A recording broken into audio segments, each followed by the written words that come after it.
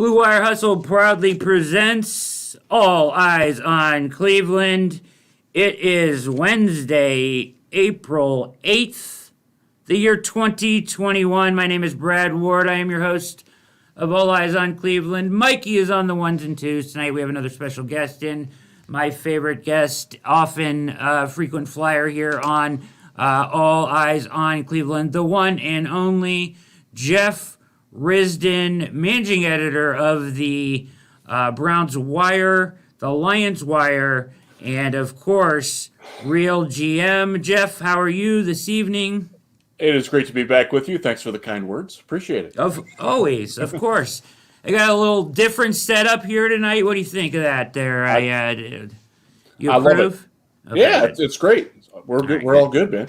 Yeah, we're good. Yeah, so we've got this is the Browns finishing the job NFL draft / free agency edition of the show. Did a mock draft show last night with Randy Gurzy of Dog Pound Daily. It turned out really well. It was a good mock. We got into a lot of some of these topics. Some of these we're going to breach again here tonight a little bit, just to hit on them a little bit further. But more we're going to kind of aim at picks 26, 59, 89, 91. You know, the picks that you would hope to get contributors out of. And, you know, what's left in free agency. Clowney, other guys of interest, etc. But I want to start tonight, Jeff, with draft strategy because, you know, I love 92.3 The Fan. We've had a lot of guys on my show from 92.3 The Fan. Ken Carmen's been on. I'm going to forget guys now. Chico's been on. Jonathan Peterlin, who was in this conversation, has been on multiple times, but and others as well. But today, Peterlin and Adam the Bull talking about best player available versus best player available with need, And Peterlin was kind of saying, listen, you have to draft with need in mind at this point, you know. And Adam the Bull was very dead set on it's just best player available. And that's how analytics guys think. And I don't really think that's necessarily true. And I kind of want to breach this topic tonight because when I had Jake Burns on, he kind of put it the best that I think I've heard. And it should be best player available on your board, taking into account the value of the position, not so much the need, but the value of the position, right? So like edge, corner, wide receiver, positions of value, right, and some need, right? So you have to account for some need. You're building a team. You're not just, drafting fantasy teams here, right? So yes, where do you come out on draft strategy as far as, because you'll get guys that'll just pound the table, best player available on your board, no matter what. Where do you come out on this? I'll lean on the other team that I cover for a second here. The Detroit Lions, they've taken 3 tight ends in the top 20 in the last 12 drafts. And if you ask every single line, and people like TJ Hawkins is a really good football player, and most Lions fans really like him. But after Eric Ebron and after Brandon Pettigrew, people are like, are you really taking another tight end? Really? Yeah. And it gets that way with running back too. We'll look at Saquon Barkley in New York. Yes. Fantastic talent. Really, really good. But there were a lot of people that wanted him number 1 in Cleveland. He's been really good. Has he helped the Giants win? Where are they picking? You have to properly value the positions for today's NFL. And I'm with Jake on that. You have to, if you don't have your quarterback and nothing else matters, you have to go get your quarterback however you can. Now, you can't force it. If you're stuck in a draft where you don't like the quarterback, you can't just take the top guy. That's how you wind up with Geno Smith. That's how you wind up with Paxton Lynch. That's how we wound up with Brady Quinn and lots of guys in Cleveland. Yeah. Lots of guys. You can't force it. You have to like the guy. I mean, he has to be ranked properly, but if it's a choice between a wide receiver and a guard, you take the wide receiver. If it's a choice between a cornerback and a linebacker, you take the cornerback. That's where you're at. And the other thing with it, Cleveland is in the point now where they're not just drafting for 2021. You got to look ahead a little bit. Where's this team going to have needs next offseason and the offseason after that? Do you have a succession plan at wide receiver? Do you have one at offensive tackle? Do you have one at center? J.C. Treader isn't going to play forever. Joel Bitonio, as awesome as he is, he might not be able to play forever, although I wouldn't tell that to his face because he's probably proved me wrong. Yeah. Is Nick Chubb getting an extension, or do you need another running back? I would never draft that in advance. You can get running backs off the street. Obviously, you can't get Nick Chubb off the street. You don't need to draft a running back to groom. Right. Is the point there. So you have to look at that. Cornerback, Denzel Ward's coming up. He's had some durability issues. Do you really believe that he is long term for it? That's we can do a whole show on that. We won't get into that now. But these are the things they have to think about. Where is our priority going forward? And I think you have to weigh that with the talent that's there too. And so it's not just about filling the massive holes that are all over the roster anymore. This Browns team has moved well beyond that. Thank God. We waited a long time for this now. And now they're in a position where they're like the Patriots were for a long time, where they can just sort of take, okay, well, you know what? Our nose tackle, he's going to be up after this year. And I think we need another one. So we'll draft the guy now and we'll groom him for a year, and then he slides into it. And the Browns are in a position where they can do that in a lot of positions, and that's an exciting change. And I think you're going to see that in this draft more than you saw it last year, even, where they're addressing a longer term vision than just 2021 with the draft. I agree, and a lot of what we talked about last night, and we'll hit on it tonight too, is that succession plan. What are those areas you mentioned? Some wide receiver, O line. I think D tackle too. If you look at Sheldon and Malik Jackson, both over 30, you kind of got to look there as well. Even though Billings will be there and Elliott, but you still got to keep.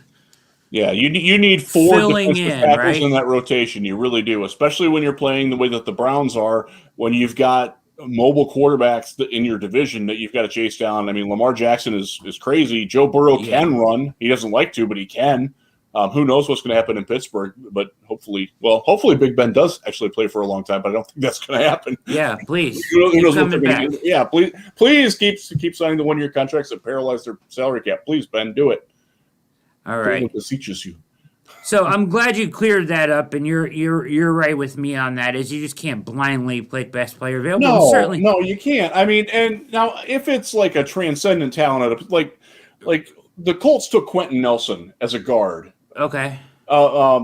He was the best player in that draft in grade wise, and he's proven he's an All-Pro. Now, how much value do you give an All-Pro right guard versus what they could have gotten maybe at wide receiver, because they're poor at wide receiver. They've stocked up since then, but they're happy with that, and I guess that it fit their team needs at the time. But they have now had to go out and get a quarterback and another quarterback, and they traded for Carson Wentz. So you can't. I mean, Quentin Nelson's a fantastic player. I'd love to have him on any football team, and he's a building block. But has he helped them as much as a top-tier pass rusher would have, or a lockdown corner would have? I don't know, man. But probably not. When you got a guy that's like that talented, I wouldn't fault anybody for wanting that. But that player isn't in this draft, with a possible exception. Well, you're at 26. You don't really have to worry about that, because all those guys, they're gone. Yep. Yeah. No question. And yeah, I mean, most definitely. I think value, and I think you need to account for needs too, not like overly, like if the guy's there, like you said, like if a wide receiver is there in this draft that you think is legit, that people missed on, and you have real high on your board above the corners and the edges, I understand taking that guy, because you need a succession plan there, and it makes sense down the line. So I get that, although I don't think that'll happen. I think they'll probably go corner or edge at 26. I get how that can happen. Let's look at those areas of need. I've got wide quarterback and edge down. Anything else you want to look at that you for sure need to address in this draft? Maybe receiver, speed receiver? It wouldn't hurt to look at a speed receiver. This is a great draft to need wide receivers of all flavors. My goodness, there's some really good wide receivers sprinkled around. I wouldn't be opposed to taking a defensive tackle. What if Malik Jackson doesn't work out? What if Andrew Billings, for whatever reason, his year off just cost him? And that's something that you need to address with. I'm not the biggest Jordan Elliott fan on the face of the earth. I kind of hope he proves me wrong. He has the ability to prove me wrong because he does have some talent. But I don't think he's more than your third defensive tackle. So if you can get a starter that's better than him, I wouldn't back away from that either. Okay. You're watching All Eyes on Cleveland. Special guest Jeff Risdon with us tonight. We are finishing the job, NFL Draft / Free Agency, featuring Jeff Risdon, as I just said, the managing editor at the Browns Wire, where I write as well. Go check out the Browns Wire for sure. Good stuff coming out there every day from Jeff, Josh Keatley, many others as well over there, myself included. So go to the Browns Wire for sure. Let's dig into pick 26 here, right? And 59 kind of. So, corners, edges. Where do you come out on? Do you have a feel for, like, do you want one over the other at 26? To me, it kind of makes sense to go edge before corner, just because there seems to be more depth at corner. There does. I would also throw in, if you've got a chance to get Christian Barmore, the top defensive tackle in the class, and you can, if he's there, he's clearly the best at his position. That's where you have to weigh in. Okay, this guy. You're getting the number 1 defensive tackle, or are you getting the number 5 corner? You're getting the number 6 pass rusher. Right. In that case, you've got to strongly consider Barmore, and the fact that he's also 20 years old and dripping with upside, and is coming out of Alabama healthy, which is not an insignificant accomplishment. He's got to be in that picture too. But in terms of, like, I would go edge, because I think that has a greater impact on the game. Especially with the corners that you have, because I mean, they're okay at corner. They certainly need to add one.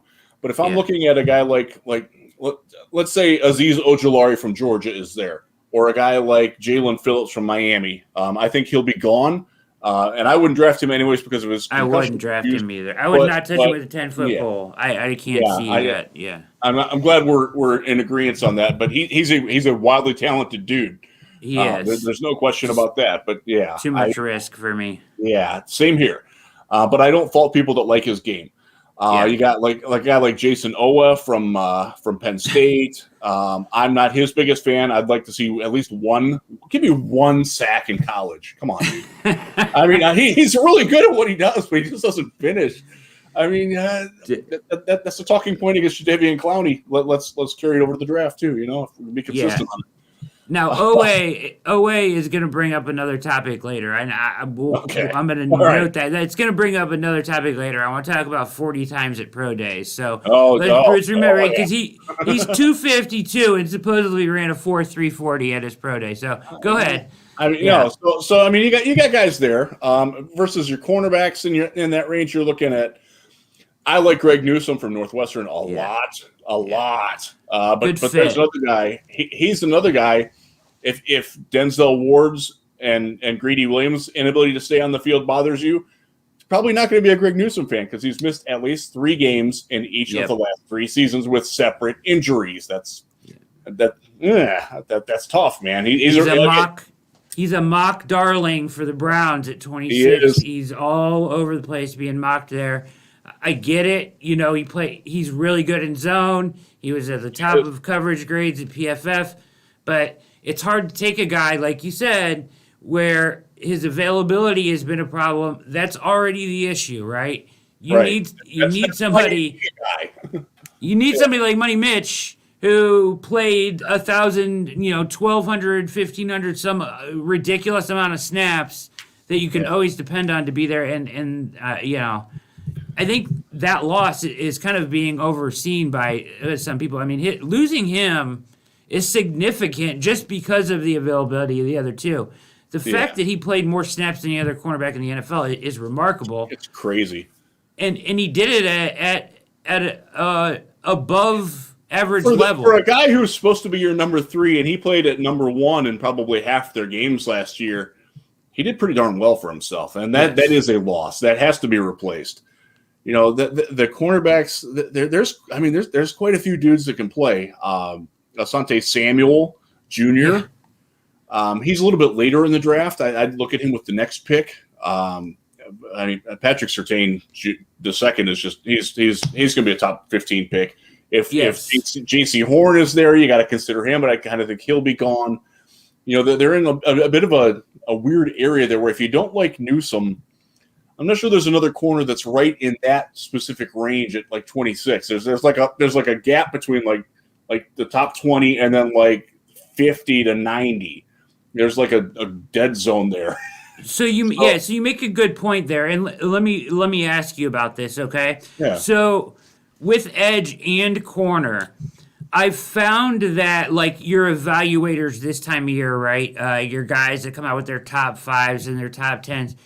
There's not really a consensus on these guys in either area, except for like Surtain is always up at 1 or 2. He's great, yeah. And Kwity Paye is usually towards the top of people's list. But other than that, like I see edge lists that have Basham Jr. in there, Ronnie Perkins in there. I've seen some lists that have Rashad Weaver in there in like their top 5, and other ones that have like Osei and stuff. Like Joseph Osai seems to be like trending towards the Browns a lot now. I've seen a lot of articles on Osai in just like the last 48 hours, which is a guy we talked about months ago, right? And we did. So like I don't know, Ojulari, I don't know if he lasts to 26. Some people probably value him more. Oweh is the guy that, people are saying is flying up draft boards, but no sacks, because it's 40 time. There's question marks there. At 26, there's always going to be red flags, right? You're going to find the perfect guy unless he just falls in your lap, like a Barmore might fall in your lap, right? Right. But I just, it's fun, kind of weird, like with these Perkins and Basham and Joseph Osai and Weaver. A lot of guys value these guys very differently. Do you have any thoughts on that? Do you have any of those guys that really jump out to you over the others, or is that? So Osai is really good, and he tested well, and I think that's exciting.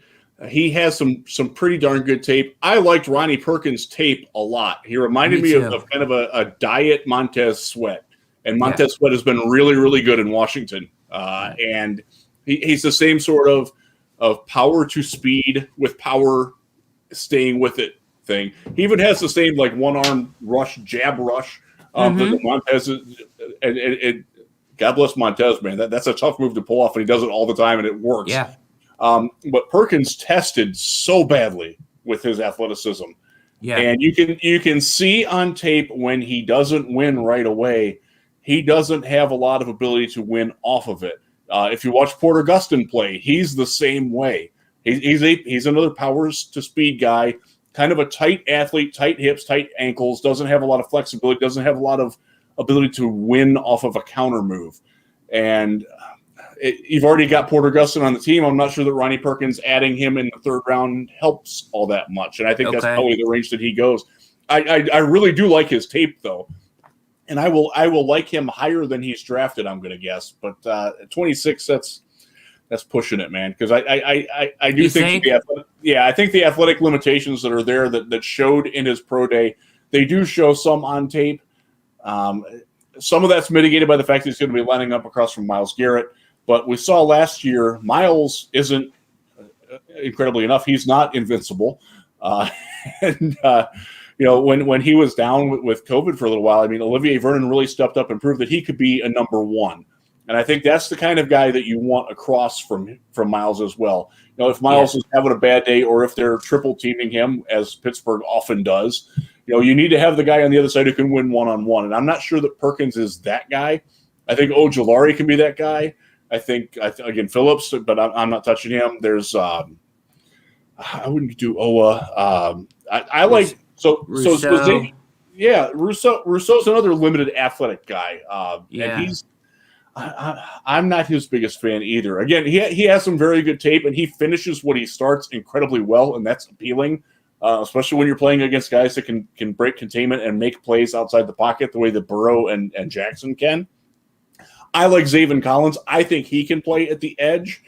That's what I asked last night. Do you think they view him as who's the guy? And his name is totally escaping me. Who's the guy the Browns took a couple of years ago, linebacker that ended up just being like a pass rush only guy? They ended up trading him to the Eagles. Oh my gosh! I can see him. Oh man! You know what I'm talking about, right? Yes, I do. Yes, I do. And I can't think of his name right now. Anyways. Like, I hear Zaven Collins. Yes, Jannard Avery. Yep, that's Jannard right. Avery, so yep. I hear Zaven Collins, and then I look at, like, his size and some of his stuff, and I'm like, man, could he come off the edge? But he can. He can, but he didn't do it all the time in college. And I think if you're taking a guy that you want to start as a specific pass rusher, you probably want a guy who's done that full time. He only played edge. I think Pro Football Focus had it at 12% of his snaps. He was really good at it, but he's kind of a. And are you taking away from what he does better, which is probably a linebacker? Yeah, and he drops and he runs well in coverage. He flows very well in the open field for a guy that's 260 pounds with gigantic arms. So I like him for the purpose of you can see where he fits best because his team does still need off-ball linebacker. That's a long-term need. I know they don't value it enough to take it at 26, but if you get a guy who can be the edge also, then I think there's more value in that. Makes sense. I know that doesn't get a lot of traction with a lot of Browns fans. I understand I'm on an island there, but I like my island. It's happy.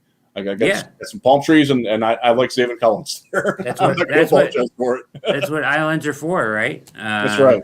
For die you on your own island only. Yep. Okay. So, what are your thoughts on Rashad Weaver? You kind of oohed at me when I said that. You're not real high on him because what I read is that he's more like NFL ready than some of the other guys that may be a little more raw. I buy that. I wonder though that if that means that he's topped out at what he can be. You know, how much growth potential is there with him? He's got some interesting tape. He's got some frustrating tape because I think there's times where he should have been a little bit more dominant than he was. Okay, but he's a good player. At 26, that's awfully rich for me for him. So, like at 26, I'm kind of like, I feel like I'm like tunneled in on Azeez Ojulari and Joseph Asai. Is that too high to take Asai? Some people will tell you yes, but if he's your guy and he fits, and he's a really, really good fit, Brad. He is. So most teams would probably take him a little later, but if he's your guy, he's your guy. You know, go get him. That's where valuing the position and valuing a specific player and trusting your scouts and your breakdown of what he offers you comes in. And if they value him that high, some people will criticize it. I won't. I'll be like, hey, they see it. Okay. I see what they see. I might not value, like, I think he's going to be, I have my big board coming out this weekend. I think he's like number 42 on my board. Okay. So that's a little bit of a reach, but it's kind of a tweener, right? Yeah. But again, the Browns don't need a quarterback. They don't need an offensive tackle. So that lops off, 12 people above that right there. Right. Right. I mean, so in that sense, yeah.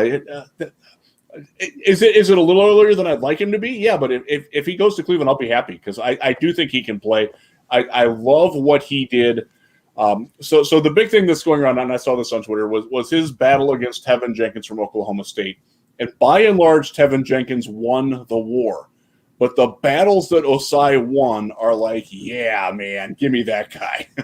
Yeah. I get that. Yeah. I get that. And you, because you have Myles Garrett, and because you still have, Malik Jackson can still play. Sheldon Richardson can play. You're not asking him to be the man right away. And I think whoever you're taking, you're asking to play a rotational role like 20 snaps, right? Yeah. Exactly. That's why I would be perfectly fine with that there. Yeah.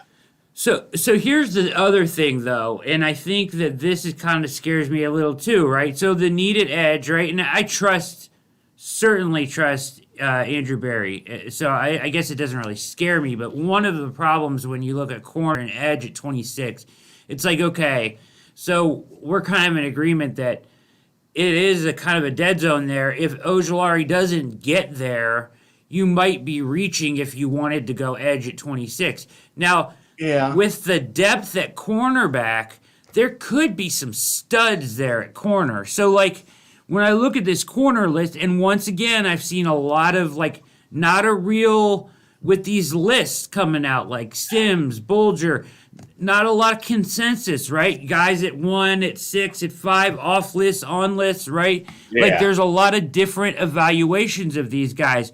But Surtain, Horn, Newsome, Farley, with his back, he could drop. I mean, so a lot of people think he's the best corner in the draft, right? Asante Samuel Jr., you mentioned, Javon Holland from Oregon.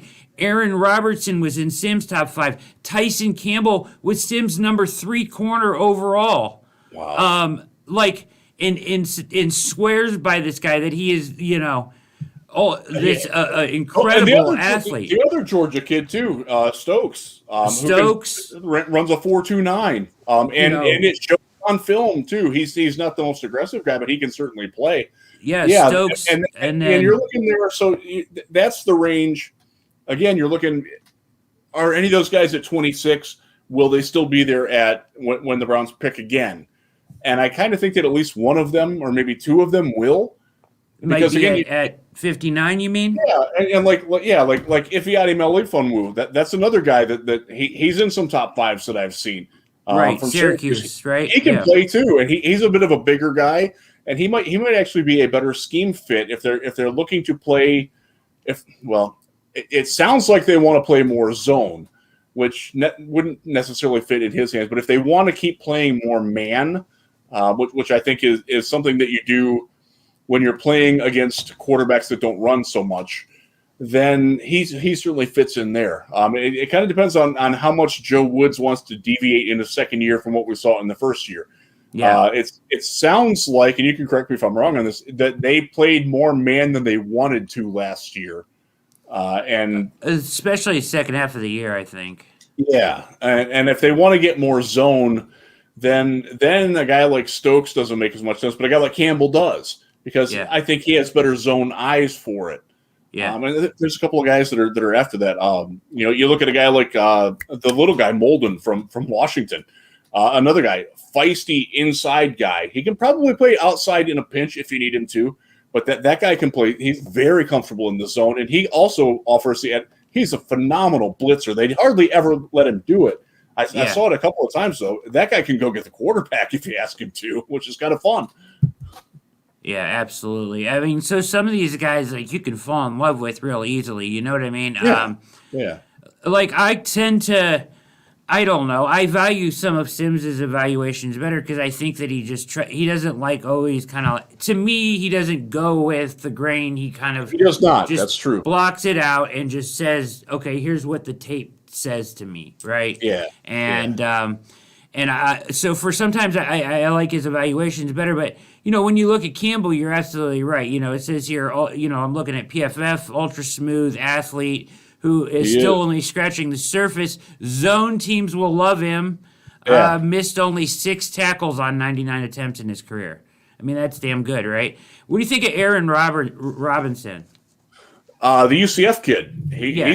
He's a good one too, and he had a better pro day than I expected him to. So that there's another guy that, and I've seen some people that consider him as a guy that can play as your heavy nickel also, and maybe play as a safety type as well.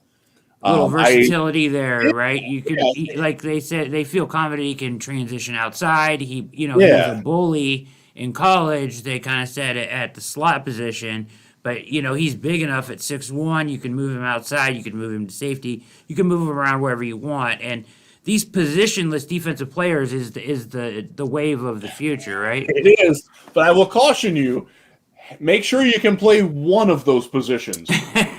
Right? Because otherwise, you're Isaiah Simmons last year. Yeah, everybody on every team wanted him. He goes to Arizona, and they ask him to do all different kinds of things, and he didn't do any of them particularly well because they didn't ask him to do just one thing well. And they also screwed that up with Hassan Reddick before that. You think they would have learned their lesson. They did not. There's some other players that have been like that too. I'm trying to think of like Myles Jack when he first got to Jacksonville. Is he a safety? Is he a linebacker? They sort of played him all over the place. They figured out fairly quickly, to their credit, that he's a linebacker and let him just play linebacker. Anthony Barr in Minnesota is the same kind of way. Is he an edge? Is he an off-ball linebacker? Is he a defensive end? What are we going to do with him? Once they figured out the best role for him and asked him to do only that first and master that, then they used his versatility after that off of that. You got to have that. You got to have that one spot first. So if you're looking at a guy is he a safety? Is he a corner? You damn well better figure out if he's a corner first or a safety first, and don't just hop him in between, because it's very rare that you get a guy like that. Eric Murray, a guy that was in Cleveland. Yeah. Is he a safety? Is he a corner? I don't think. Well, the Chiefs certainly didn't figure that out. That's why they got rid of him. I'm not sure the Browns really figured it out, and quite honestly, I'm not sure the Texans figured it out yet either. And I don't think he's actually off the Texans now. You got to find them they got to play one well before you can ask them to do more than one. Is my philosophy on it. Agreed. Kind of backfiring on some teams is your point, I think there. Yeah. Just evaluating the athlete. Sorry, I hijacked that. I hijacked him. Sorry, dude. No, you're good. You're good. That's absolutely right, though. All right. So, plan of action, right? I think at 26, you take your favorite cornerback or edge that's on the board, right?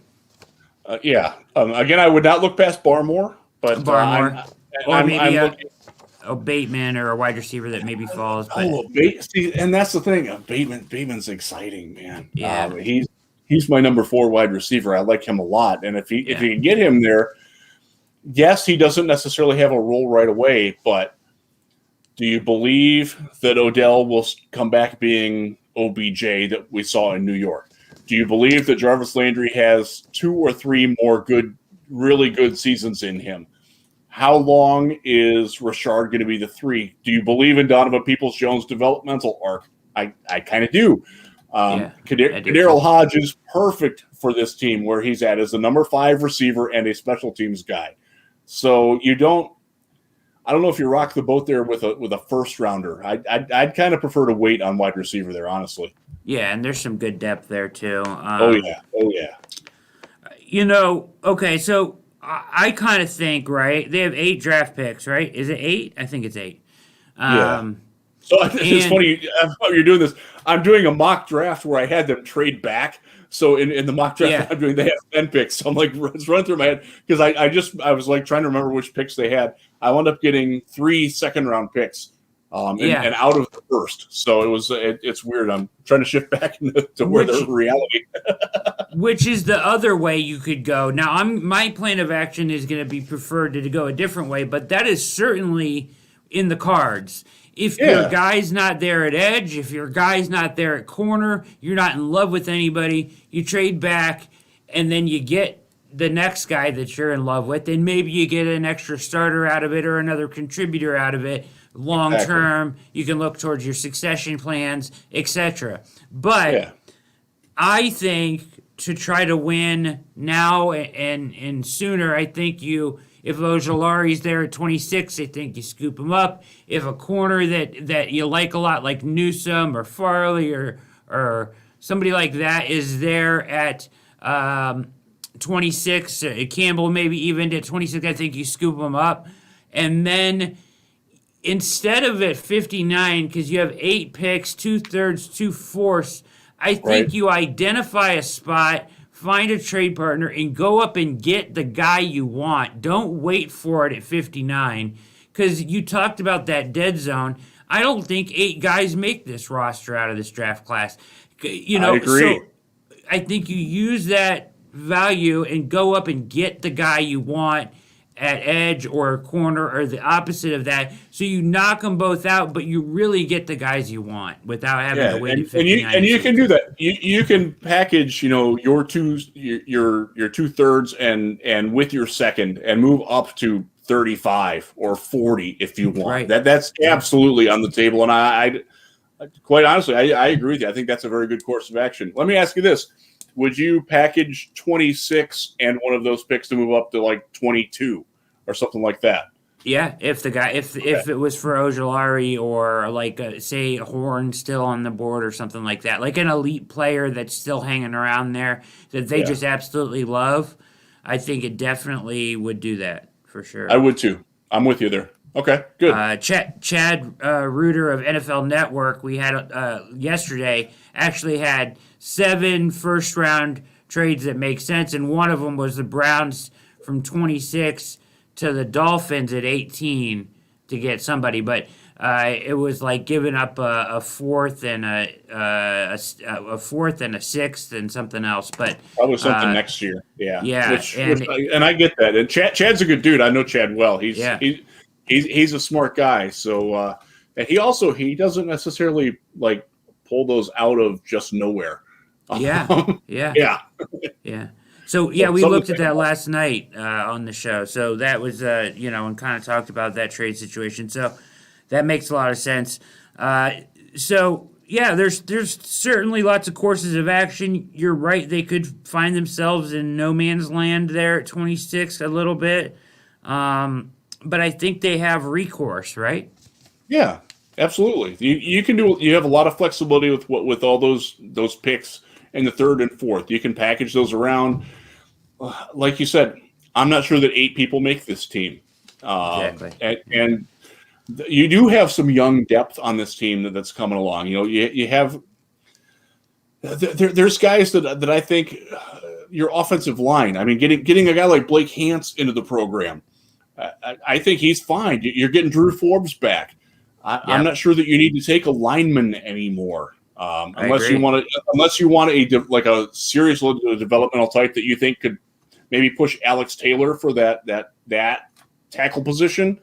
I'm not opposed to that, but I don't know if that's something that you draft this year. So there is enough guys that are in the pipeline that are, have some developmental upside that have come on board in the last couple of years, and we haven't necessarily seen it from them yet, that I'm not sure that the draft picks would be better than them. So yeah, it does absolutely give you the chance to sell picks off or sell them for next year when you might have a better idea of where your needs are when you're hopefully trying to make that jump from the AFC Championship game, because I think they have the chance to get there.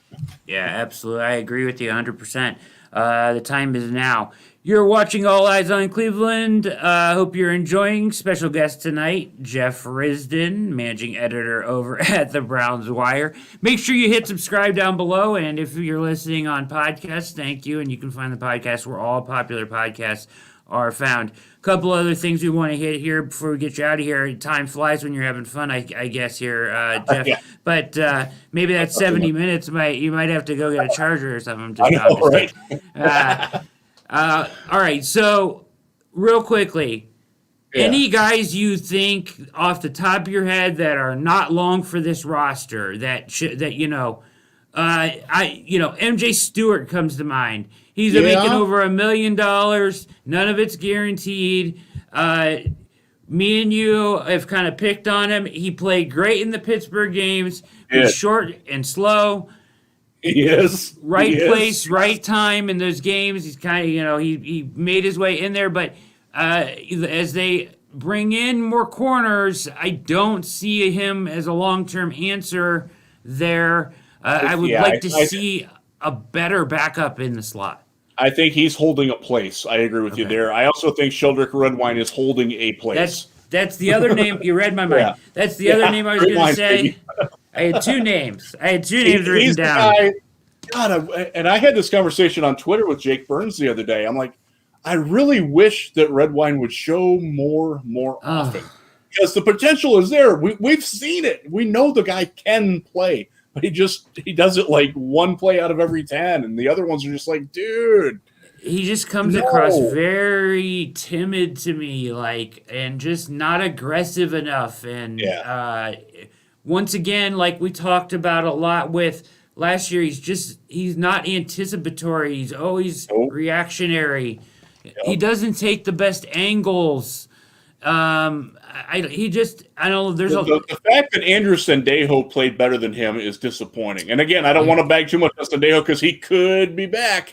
There are whispers that he could be back as where he belongs, the number 4 safety on the team. And if he's the number 4 safety on your team, you got a pretty darn good safety room.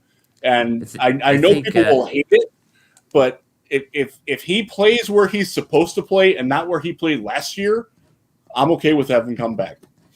I think that kind of slipped out with Troy when I was asking him about his number. I don't think he meant to say that. He was like, right? Yeah. Because I asked him about what number he wanted, and he's like, oh, I wanted 23 because of Joe Hayden when he was a kid, which is a cool story. And then he's like, but it's still in the works because they're not sure what they're going to do with. And he didn't even know his name. He kind of thought for a second. He's like, is it Sendejo? And I was like, Sendejo? And I'm like, oh, no, man. Like but yeah, I get it. If he plays the role that he's supposed to, that they brought him in to play, I can live with it, right? Just dye your hair back to a regular color, and I think he'll be accepted more. He's a genuinely nice dude. I've met him before. He's a good guy. He's a good talker. He's a good teammate. But he just misses so many freaking tackles. Yeah, I don't think Troy realized that he was letting the cat out of the bag with that one. The only other player, to go back on topic, the only other player that I could see them moving on from would be Chris Hubbard, and it would be because he's not healthy. Certainly, I mean, dude, what a turnaround that he had. If you want an example of a guy who was hated, reviled for how bad he played at right tackle, and then last year, my God, he was awesome, and Cleveland fans completely turned for him, and I think they could do that with Sendejo too. But I if they find somebody that they like, and it could be internal, it could be Drew Forbes, although I kind of doubt that. It could be Alex Taylor. If they feel comfortable enough and they're not fully sold that Hubbard is 100%, I could see that happening. That's just based on what's in my head. That's not coming from anywhere in Cleveland. I got to make that clear. But it wouldn't shock me if that happened either. Okay. Couple more topics here. I want to bring up Jason Oweh. Let's bounce back to Oweh, who supposedly ran this 4.3 40. And it's not that I don't believe it, but pro day 40 times, everybody's running super, super low numbers. If they were at the combine, I got to think you add a tenth of a second on. Guys that are running 4.28, I think it's really a 4.38. Am I wrong? No. In most cases, you're not anyways. There are some guys who are legitimately flying. And one of them is his teammate, Michael Parsons. I believe he ran a 4.36 40. I absolutely do. I don't know. Maybe 4.45, maybe. I mean, he was moving, and there's no question he's athletic. And I think the way to parse through it, and this is something that I've been trying to do as I do evaluations, is a relative scale. All these guys who are running a lot faster than you expected, like you said, add 0.8 or add a full tenth to them. Yes. 0.08, not 0.8. That would be really slow. Then you're in trouble. The 0.08, 0.1, and then look at the other things that they did. How's their short shuttle? How's their 3-cone? If you get a 10-second split, how's that look? If you're running if you clock a 4.38 40 and you're running your 10-yard split in 1.8, I don't think so. Right. That's one way to parse through the BS on that. But I do also believe there is something to the fact that these guys have had more time than ever to train for those specific events, and that has helped. And the training methods that are out there with that agents have, and I've been to a couple of the gyms where they do these training things where they have these guys. There's the giant one in Dallas, and there's one in Phoenix. There's one in Columbus. There's one. I live in Michigan. There's one not too far away from me here where a lot of the guys from Michigan, Michigan State, and Notre Dame do it. I know that they have tweaked it where they can really, really shave time off. But then you got to go look at the film. Did it show on the field? And also, how often does your stand-up edge linebacker? How often is he going to run 40 yards? 40 yards. Yeah, exactly. It's without a guy really who's about burst. Yeah, Yeah. it's about burst and like the shuttle and things like that. Maybe more telling Yeah, for some of these positions. And as definitely. you said, like you can see on an all 22, you can take a guy and watch him run and tell if his speed is legitimate compared to like especially watching like an SEC game where Yeah. you got like a fast receiver and just watch a corner and a wide receiver open it up right on a deep route. You can see if the speed translates or not, right? Yeah, absolutely. Um, You look at like Jalen Waddle. Watch the yeah, punt return that he had. He's yeah, running away from dudes that yeah, are clocking in the 4.3s allegedly. You yeah, watch a guy like Kyle Pitts. One of the reasons why he's a freak because it shows on tape when he's a 200 and I think 255 tight end, and he yeah, lines up outside and runs past fast corners. yeah, That it doesn't matter if he's running 4.48 or 4.55 because on film, look what he's doing. It matters some, but it has to pass the eye and sniff test at the same time on the field. Otherwise you're drafting a guy you're drafting. Who was the guy that the Raiders used to draft all the guys who were super fast, yeah. but couldn't necessarily play. A guy like Oh, what what's was his his name? Torrey Smith was Clemson? one. Yeah. There was another wide receiver. It's going They back drafted to Clelin Farrell. You're talking. yeah. And by the way, I feel bad for that dude because he's actually a pretty solid player, but he was just Yeah, wildly overdrafted. That yeah, happens, man. But yeah, you can't just take the speed. You got to have something with it. Like Ted Ginn is probably a great example of it. That guy is one of the fastest human beings I've ever seen in person. yes, And did it his speed translated to the football field, but did it have football skills? Kind of. I mean, he made an impact.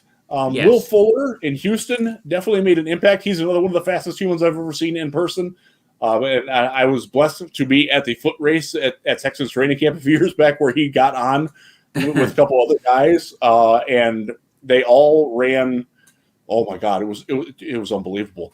But Yeah, when he catches the ball, he's a big threat. But if he's not catching the ball, I'm not sure how much that helps you.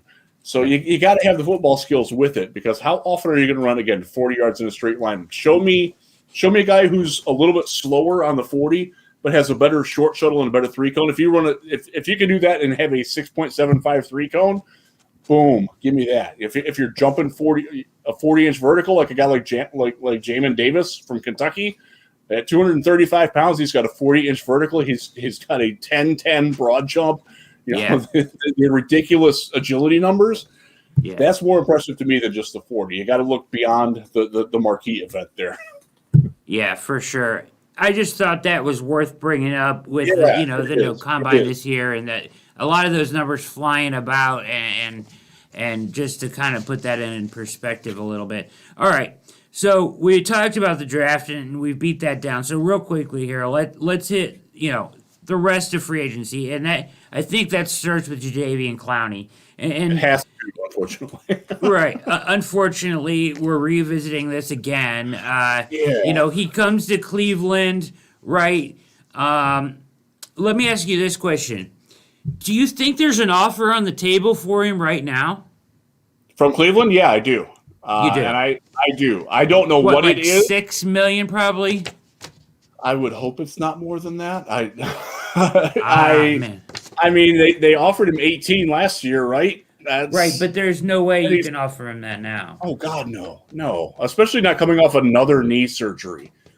I'm not sure that he is the most self-aware person, and No. I also think that he probably wants to miss as much of training camp as he can, and will probably sign late. That's what I was just going to say. So, what? All right. And that can be tied directly to his injury. So, like, Right. if you can't get this guy in camp, I don't want him, right? Because I'm his agreed. knees. All right. First of all, you need to evaluate his knees. Secondly, if he's not in camp and then he's only playing 8 games, you got to be an idiot to not make that correlation. Like, dude, get in camp. Like, get ready to play football, right? Like all the soft tissue injuries and the missed games and the so again, nonsense. I don't know why the Browns are so like enthralled. I get that like he could provide them like a huge piece He's of a what they very need, good right? and versatile player. Yeah.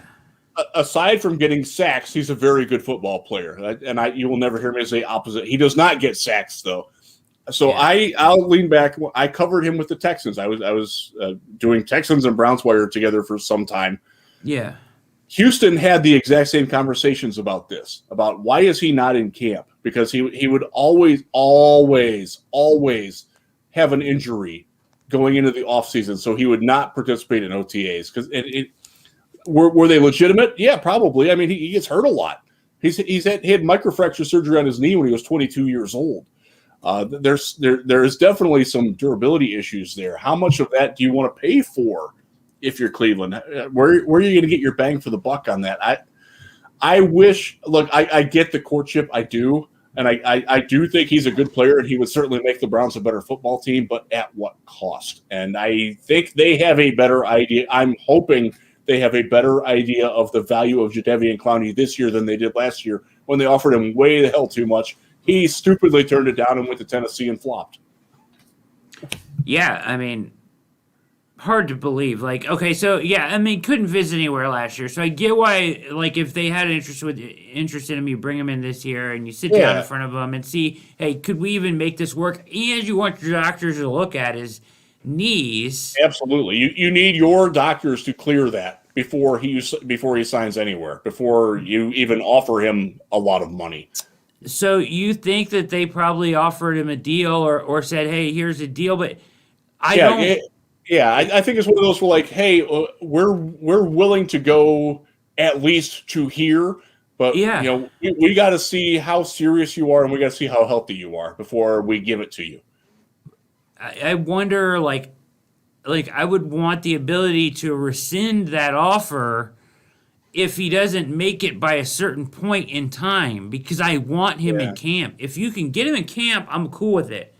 But if you can't, if he's going to sit out till a week before the regular season or 2 weeks before the regular season, I don't want to pay him anything guaranteed. Sure, we'll give you an incentive-laden contract or whatever. Oh yeah, I'm with you on that. $2 million base or something. Don't give him any guaranteed money. Then I'm totally with you on that. I mean, that just seems absurd to me. I get it. I mean, he plays the run, so like, I mean, ideally you sign him for that. I think the Browns have about $5 or $6 million left under the cap, and I think they're trying to avoid restructuring these deals because it will ultimately provide them more flexibility in 2022 when they have to think about paying a Nick Chubb, etc. Yeah, right? they got to pay Baker. They got to pay Denzel. They got a lot of mouths to feed up.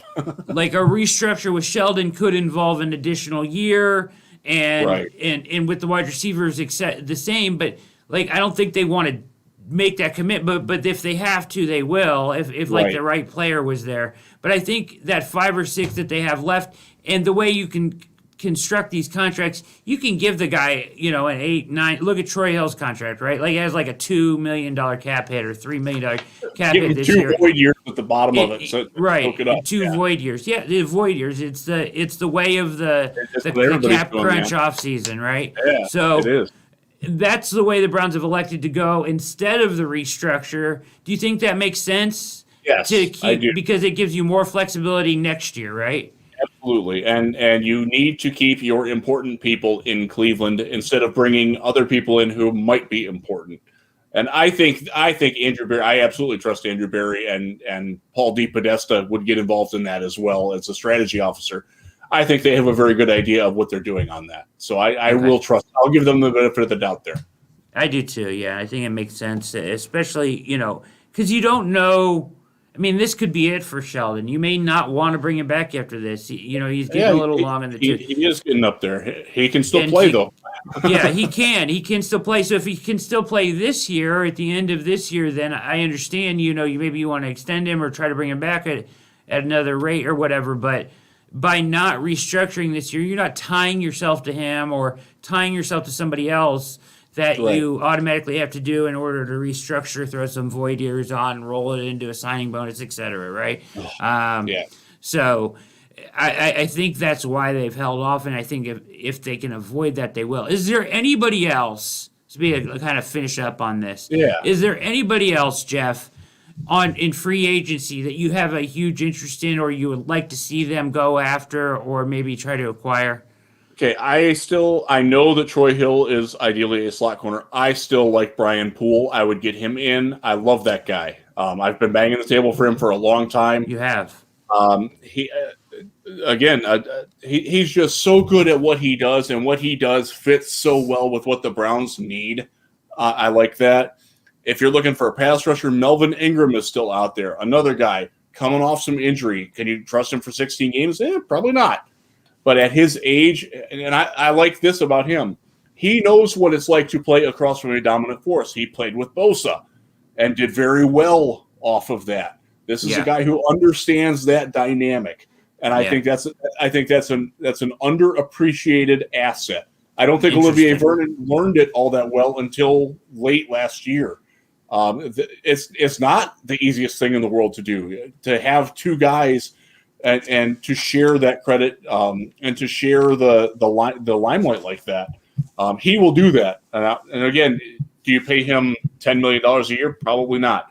You give him 2.5 guaranteed, give him another 5 to play and see what happens. And I'd be okay with that there. If the Clowney thing doesn't work out, I would love to see them move on to him. Yeah. One other guy, Devondre Campbell, linebacker from Arizona. Okay. Another guy that's does a lot of things pretty well.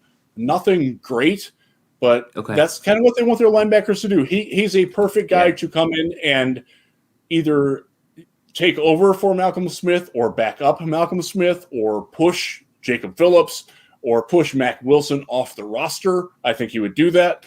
No offense to Mac, but dude, you got to get better, dude. Yeah. We've waited enough. It's time for you to show up or ship out. And Devondre Campbell's a guy that I know can play better than that. And I don't think he's going to break the bank either. And I think he's a guy that I know has a hunger to join something bigger than what he has been so far. Okay. 2 good names. I got one name for you. All right. Rashad Breeland. I would like them to kick the tires. Yeah. He's again, like these other guys. He's not perfect, but I get it. I absolutely see why you would want him in Cleveland. Absolutely. Experience, the winning. We saw the way he played in the playoffs. I mean, he knew exactly. I mean, he killed the Browns just by being physical and handsy. Absolutely. And taking advantage of it. And I just think that experience is something the Browns could take advantage of, and I don't think it would cost a lot to bring him in. I agree. He's a good player. If you're looking at safety, a guy like Trey Boston or Jaleel Adai also makes sense. But those are guys. Trey Boston's a dude. He's another guy. He doesn't do training camp. He signs like the day before training camp starts. That's his name. His name gets brought up every offseason in Cleveland. Trey Boston. Because he's a free agent. He likes 1-year deals. He loves signing bonuses. God bless him. All right. I lied. Final question. All right. The numbers. Is this going to go through where they can use single-digit numbers, Jeff Risdon? So I do think it will get approved. I'm going to be a stickler. I don't like it all that much. You don't like it? I don't. No. Okay. I like and look, I'm not that old, but I do remember like Cliff Branch being 21. I like my wide receivers to wear teens or 80s. I don't want 29 being a wide receiver. I don't want number 1 playing safety. That's your kicker. That's your punter. I like this. I like that. I think safety. I'm an old fuddy-duddy, man. I'm aware of that. It's okay. Like Delpit, I think he's made to wear number 7. He just looks good in 7. And can you imagine? Would Odell go back to 3? Didn't he wear 3 in college? He did. That's why he wears 13 now. Yeah. Yeah. So I think that the skill positions even running back. I don't mind. So running back, I would be okay with a single digit because I think that works. Yeah, yeah. I'll meet you a little bit. Safeties, wide receivers. I like the single digits on those guys like college. I do. Agree to disagree there, Yeah, huh? it's just not for me. So I have a Okay. 15-year-old son, and he's all about it. He's like, "Oh yeah, I can't wait to buy jerseys with new numbers on." I'm like, "Really? Okay, Yeah. all right." Can Okay. get creative. I get Denzel it. could go to 12, like he was in college, right? I think he Yeah, could. yeah. I mean, yeah. Look, I get it from the player's perspective, and I certainly wouldn't be somebody who'd like write anything that's like, "Oh my God, this is a travesty against football. How dare the NFL do this?" Or I just don't care that much. But all things being equal, I would like to see them keep the system the way it is. But if they change it, I'll be okay with that too. Do you expect the Nick Chubb extension to be done by the time the season starts? That's a great question. I kind of don't think so. I don't think that's coming. I really don't. I don't necessarily agree with that, but it's a You think running backs are tough, man. You think that's a franchise tag?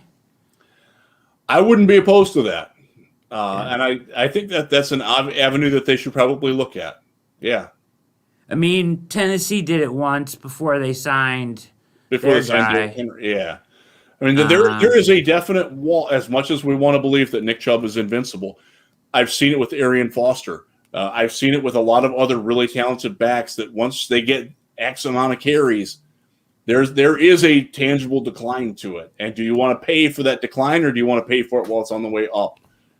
Here's the thing that's weird about it right now, Jeff, and I'll just say this. It's tough. It is tough. But like the deal they sign, like if you sign a guy to a deal right now, you could like the pricing of the franchise tag for the running back is down right now. Yeah. So like I think you can get like 3 years, max him out, tag him 3 times, and it would only be like 3 years, like $36 or $37 million. So, yeah, that's a lot of money, but in these contracts, some of these contracts they're doing only have like 24 or 23 guaranteed. There's an out after the second year. So, are you better off signing him to a deal or going at it year by year? Because tagging him isn't really a player-friendly thing. It isn't viewed. They hate it. Yeah. So you would think, maybe they come to him with an offer. At least I would. I like the idea, like you just kind of said, of like a 2 or 3 year extension. You're not going to give him what Zeke got from Dallas. That's just stupid. Or give him 4, but with just 2 guaranteed, right? Like you can cut bait after 2 and not hurt anybody. Yeah, well, and I think the Rams sort of did that with Todd Gurley before his he ended his career. Well, he's obviously still playing, but isn't the same guy that he was. You got to protect yourself against that. And Chubb, excuse me, Chubb needs to be aware that his position entails that. Yeah, absolutely. Jeff Risdon, you're a gentleman and a scholar and a very, very smart football man, and I appreciate you always. You got a frog in your throat there. I do. Yes. And I'm sure we're running up against the computer time as we are over an hour now. It is not happy. So okay. All right. Thanks, Brad. Thank you so much, Jeff. You're the man. All right. Take care. All right. Bye now. And big thanks to Jeff Risdon for joining the show tonight and talking all about how the Browns are going to finish the job here. And I am trying to... Mikey, can you get it together, buddy? What's going on here? There you go, sir. Good job. Make sure you hit subscribe on the way out tonight. Big thanks to Jeff Risdon again. We're going to get up and out of here as we went way over... talking all about everything. We could see if we got any comments here. I can't see around my mic stand. What's up, bros, from the Square Table Degenerates podcast. Thank you. What up? What up, Square Table Degenerates podcast? Thank you for watching and commenting. as I need to pay more attention to the comment section. We need to get more people involved in the questions and stuff. I know we do mailbags and everything like that, but certainly would love to get more people on the live shows in the chat saying what's up and asking questions and that. I don't do a good enough job paying attention to that, so I need to work on that, as we all should always be striving to get better every day. Big thanks to Jeff Risdon again. Mikey, fantastic job tonight. We love the new setup here, and thank you for watching All Eyes on Cleveland. Thanks to Jeff Risdon. Big shout out to Mikey, as always. And with that, we are out. Hope you enjoyed the show.